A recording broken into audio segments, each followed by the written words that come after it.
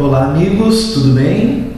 Bom, eu já me apresentei em alguns outros vídeos anteriormente postados, mas não custa me apresentar de novo.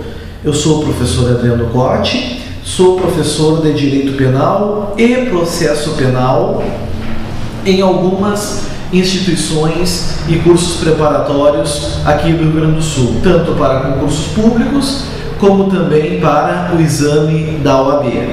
Bom, o meu objetivo com esse vídeo que eu vou postar agora é trazer para vocês algumas dicas para a prova do exame da OAB que vai ocorrer agora neste próximo domingo. Então eu vou dar para vocês algumas dicas pontuais de direito penal e processo penal, informações úteis que os senhores terão que saber para a prova, certo? Vamos começar então? Muito bem. Quando a gente fala em direito penal, um dos primeiros temas que vem à nossa mente e que volta e meia marcam presença na prova diz respeito à aplicação da lei penal. O que é importante lembrar para a prova a respeito da aplicação da lei penal? Bom, nós temos que lembrar aspectos bem importantes. Primeiro, o grande princípio da legalidade, firmado no artigo 1º do Código Penal, que diz: não há crime sem lei anterior que o defina, não há pena sem prévia cominação legal. Bom, quando o artigo 1º diz que não há crime sem lei e não há pena sem lei, nós temos daqui a chamada reserva legal. Reserva legal é o que? É um corolário da legalidade.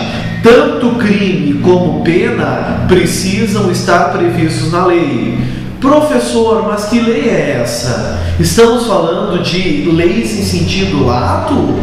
Não, senhores. Nós estamos falando na lei em sentido estrito. Estamos falando da lei ordinária. Estamos falando daquela lei que passa pelas casas do Congresso Nacional. Só a lei ordinária pode estabelecer crimes e penas. Cuidado, se a Fundação Getúlio Vargas Domingo afirmar aos senhores que uma medida provisória estabeleceu um fato criminoso ou estabeleceu uma sanção penal, cortem, está errado. Só a lei ordinária pode estabelecer crimes e estabelecer penas. Bom, junto com a reserva legal, nós temos também o princípio da anterioridade, formando a legalidade.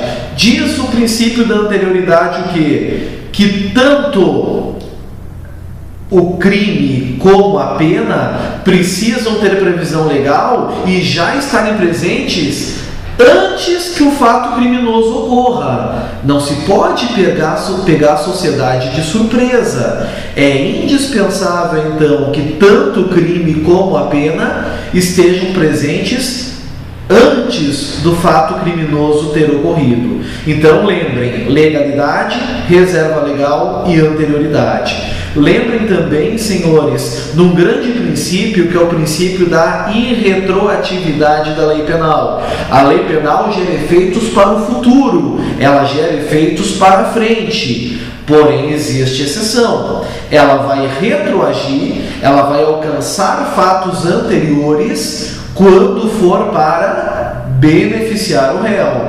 Em benefício do réu, ela retroage. Pode beneficiar descriminalizando uma conduta, lembrem disso. Quando que vai acontecer esse fato de uma lei vir e descriminalizar uma conduta? Quando, amigos, estivermos falando da chamada abolitio criminis. O que é abolitio criminis? É uma nova lei que deixa de considerar um determinado fato como criminoso. Quando isso acontecer, vai retroagir. É o que aconteceu com o crime de adultério em 2005. Em 2005 veio uma nova lei que descriminalizou a conduta de adultério. Isso alcança todos aqueles que estavam respondendo por esse crime. Automaticamente são colocados em liberdade e o mais importante, a abolitio criminis é uma causa de extinção de punibilidade. apaga todos os efeitos penais, permanecendo, claro, os efeitos civis, mas elimina a reincidência, elimina o nome do réu, por exemplo, do rol dos culpados. Tudo isso é afastado. Lembrem disso para a prova.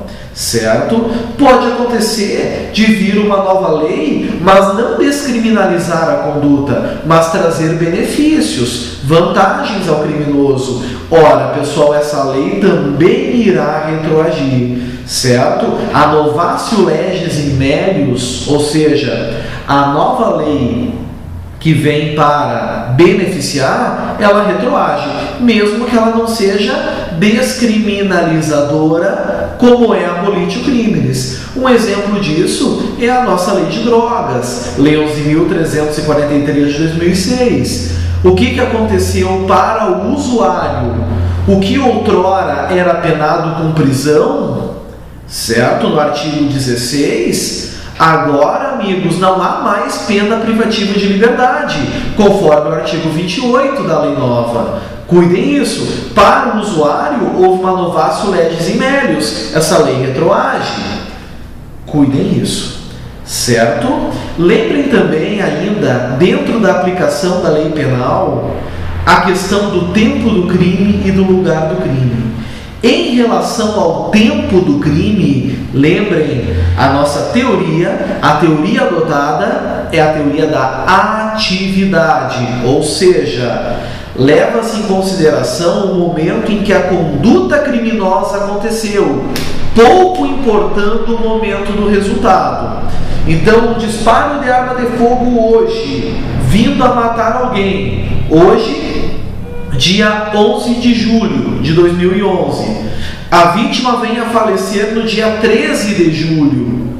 O crime é considerado praticado no dia 11, no momento da conduta, no momento da ação ou omissão, e não no dia 13, que é onde se deu o resultado. Cuidem isso. Agora, quando estivermos falando em relação ao lugar do crime, cuidem. A nossa teoria, então, não é da atividade. A nossa teoria passa a ser da ubiquidade. O que isso quer dizer? Que para o lugar do crime, considera-se praticado tanto o lugar em que se deu a conduta, a ação ou omissão, também onde se deu ou deveria se dar o resultado. Então, um disparo de arma de fogo no Brasil, a vítima vem a morrer na Argentina, para a teoria da ubiquidade, o crime é praticado tanto no Brasil como na Argentina, em ambos os lugares. Lembrem para a prova: tempo do crime, teoria da atividade; lugar do crime, teoria da ubiquidade. A banca pode trazer uma questão envolvendo esse fato. Cuidem isso, não entreguem essa questão gratuitamente para a banca, certo? Bom, são dicas pequenas de aplicação da lei penal. A gente tem um outro ponto do direito penal importantíssimo que versa sobre a teoria geral do delito. O que é importante, claro, dentre outras coisas, lembrar acerca da teoria geral do delito? Bom, a gente tem que lembrar, amigos, a grande diferença que existe entre os institutos da tentativa, da desistência voluntária e do arrependimento eficaz. Lembrem que esses três institutos, antes de mais nada, eles têm algo em comum. O quê? Tentativa, nós temos o início da execução do crime. A desistência voluntária, nós também temos o início da execução do crime. E no arrependimento eficaz, nós também temos o início da execução do crime. Nos três institutos, tentativa, desistência voluntária e arrependimento eficaz, nós não temos a consumação do delito, certo? Isso é em comum para os três: o início da execução e não há consumação. Bom, o que diferencia o instituto da tentativa dos outros dois? Simples. Na tentativa, o crime não se consuma por circunstâncias alheias à vontade do agente, que estão fora do seu âmbito de vontade. A intenção do criminoso é cometer o crime. Lembrem dessa frase para a prova. Na tentativa, o agente tem dolo de crime consumado. Na tentativa, a intenção do agente é consumar, que por forças externas fazem com que ele não consiga. A quer matar B, efetua o disparo, erra o tiro e a polícia o prende. Pronto, isso é tentativa. Houve início da execução, não houve a consumação, e essa não consumação se deu por circunstâncias alheias à vontade do agente. Lembrem isso. Já na desistência voluntária e no arrependimento eficaz, lembrem bem, as circunstâncias, senhores, aqui elas são próprias, inerentes do próprio indivíduo. Ele não quer mais a consumação do crime. Na desistência voluntária, simplesmente virando as costas e indo embora, desistindo de continuar. A vai até um veículo para subtrair o aparelho de som. Quebra o vidro, vai tirar o aparelho, pensa melhor, vira as costas e vai embora. Isso é uma desistência voluntária. A quer matar B, dá um disparo, B cai no chão. A, vendo que B não vai morrer e podendo dar outros disparos, prefere deixar por isso mesmo ir embora. Isso é desistência voluntária.